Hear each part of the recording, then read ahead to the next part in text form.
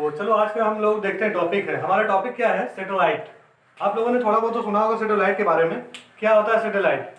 अगर आप याद करो बचपन क्लास में पढ़ा होगा, सैटेलाइट क्या होता है? एक बॉडी होती है जो जिस तरह से आप बोल सकते हैं हेवनली बॉडी, लाइक अर्थ होता है आपका, जो भी प्लैनेट्स है ये सब क्या है?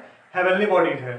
हेवनली बॉडी मतलब those body which revolve around the sun, यानी जितने भी जो प्लैनेट्स होते हैं, प्लैनेट्स क्या करते हैं? वो सन के अराउंड रिवॉल्व करते हैं। पर जो सैटेलाइट होते हैं वो किसके अराउंड रिवॉल्व करते हैं? प्लैनेट के अराउंड रिवॉल्व करते हैं। तो आज हम जो डिस्कस करेंगे वो किस पे डिस्कस करेंगे? सैटेलाइट पे डिस्कस करेंगे। प्लैनेट पे हमें डिस्कस नहीं करना। क्यों? प्लैनेट के लिए फिर आपको जाना होगा केप्लर्स लॉ में जाना पड़ेगा। और I am not going to talk about here Kepler's law, I will talk about satellite. तो सैटेलाइट क्या होती है? Satellite are the body which revolve around the particular planet. Suppose earth के अराउंड अगर कोई बॉडी रिवॉल्व कर रही है तो हम उसको क्या बोलेंगे? सैटेलाइट बोलेंगे। या मार्स के अराउंड अगर कोई बॉडी रिवॉल्व करती है, या फिर जैसे आपने सुना होगा मंगलयान, चंद्रयान, ये सब क्या है? सैटेलाइट है। तो उसका डिफिनेशन क्या होगा?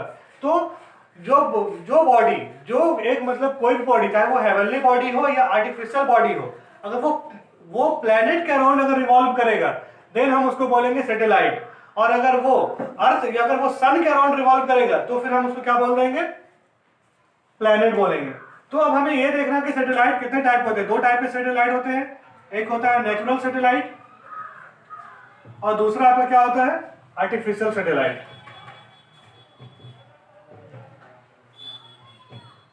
क्या हो जाएगा आपका? Artificial satellite. तो नेचुरल सैटेलाइट क्या हो जाएगा? Like example moon.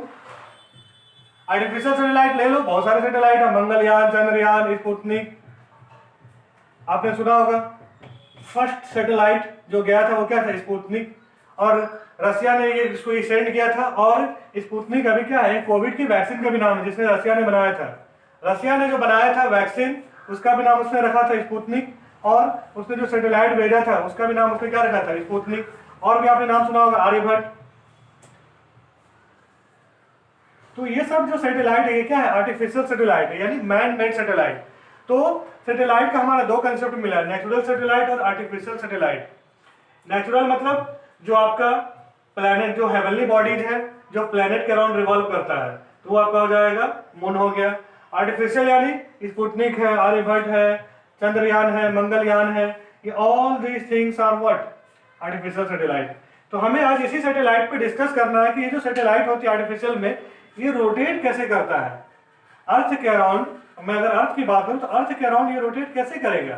सर्कुलर में रोटेट करेगा, एलिप्टिकल में रोटेट करेगा, हाइपरबोलिक पाथ होगा या पैराबोलिक पाथ होगा, ये सारा डिस्कशन हमें यहाँ पे करना है। तो उसके लिए हम डिस्कस करेंगे ऑर्बिटल स्पीड ऑफ सैटेलाइट। देखो यहाँ पे ध्यान से देखना और समझना अच्छी तरीके से,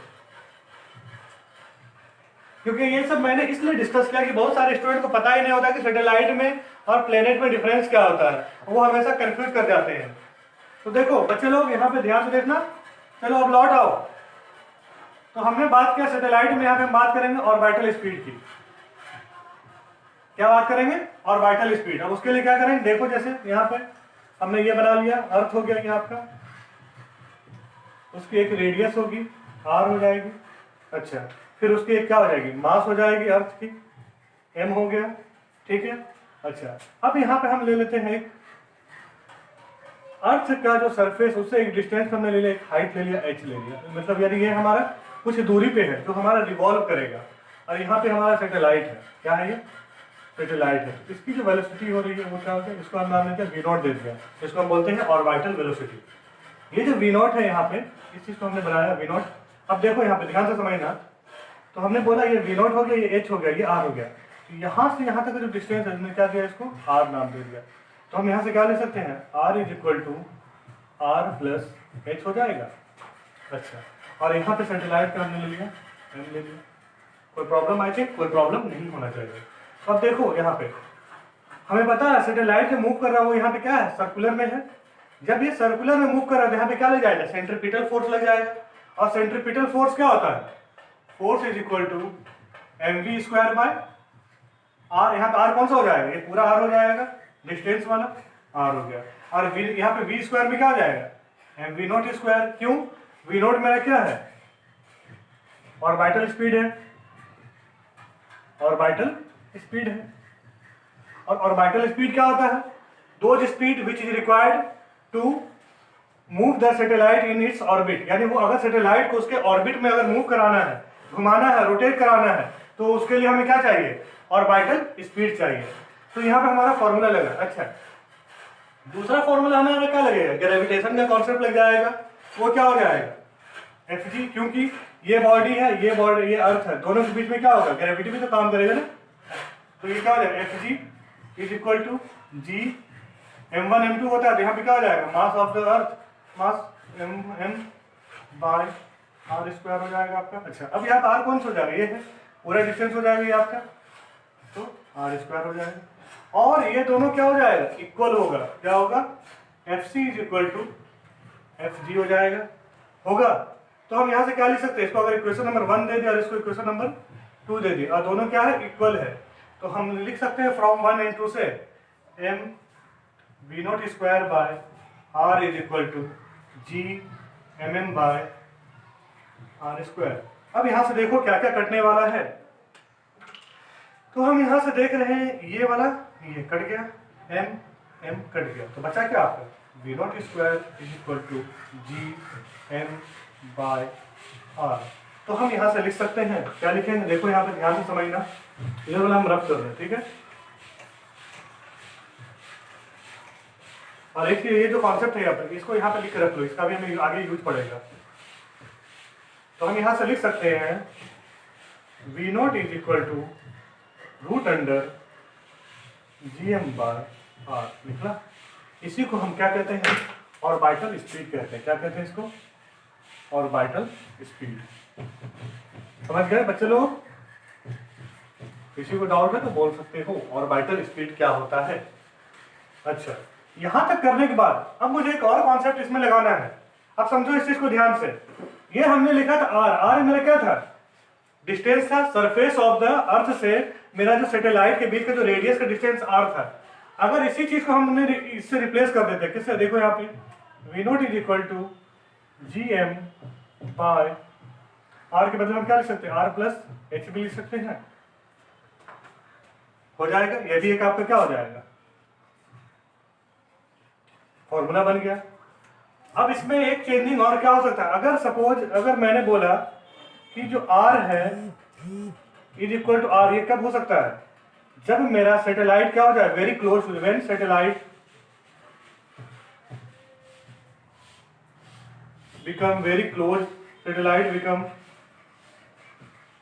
very close to the surface of earth। अगर अर्थ के सरफेस के सैटेलाइट बहुत क्लोज हो जाएगा तो हम क्या लिख सकते हैं? r is equal to R लिख सकते हैं। तो उस केस में मेरा क्या हो जाएगा? h तो मेरा हट गया, h तो मेरा 0 हो जाएगा। तब हम लिख सकते हैं यहाँ पे v not is equal to G M by R लिख सकते हैं। यानी ये किसके लिए आपका हो गया? वेरी क्लोज के लिए, यानी very close to the surface of earth हो जाएगा ये। अच्छा, अब याद करो एक और फॉर्मूला आपने पढ़ा था, ध्यान से देखना, समझते जाना। आपने पढ़ा था कौन सा? Acceleration due to gravity. क्या होता है? G is equal to G M by R square होता है। ये कैसे आएगा? समझ में आ रहा है कहां से आया? देखो इसको, चलो इसको मैं बता देता हूँ थोड़ा सा। फोर्स का मेरा क्या होता था? G M M by R square होता था। और फोर्स का हम क्या लिख सकते हैं? एम जी लिख सकते हैं, G M M by R square. तो यहाँ से मेरा क्या हो जाएगा? एम से एम कट जाएगा, तो बचा क्या? G is equal to G M by R square. यही कॉन्सेप्ट है ना। अब हम यहाँ पे रिप्लेस करेंगे किसको? देखो ध्यान से समझना।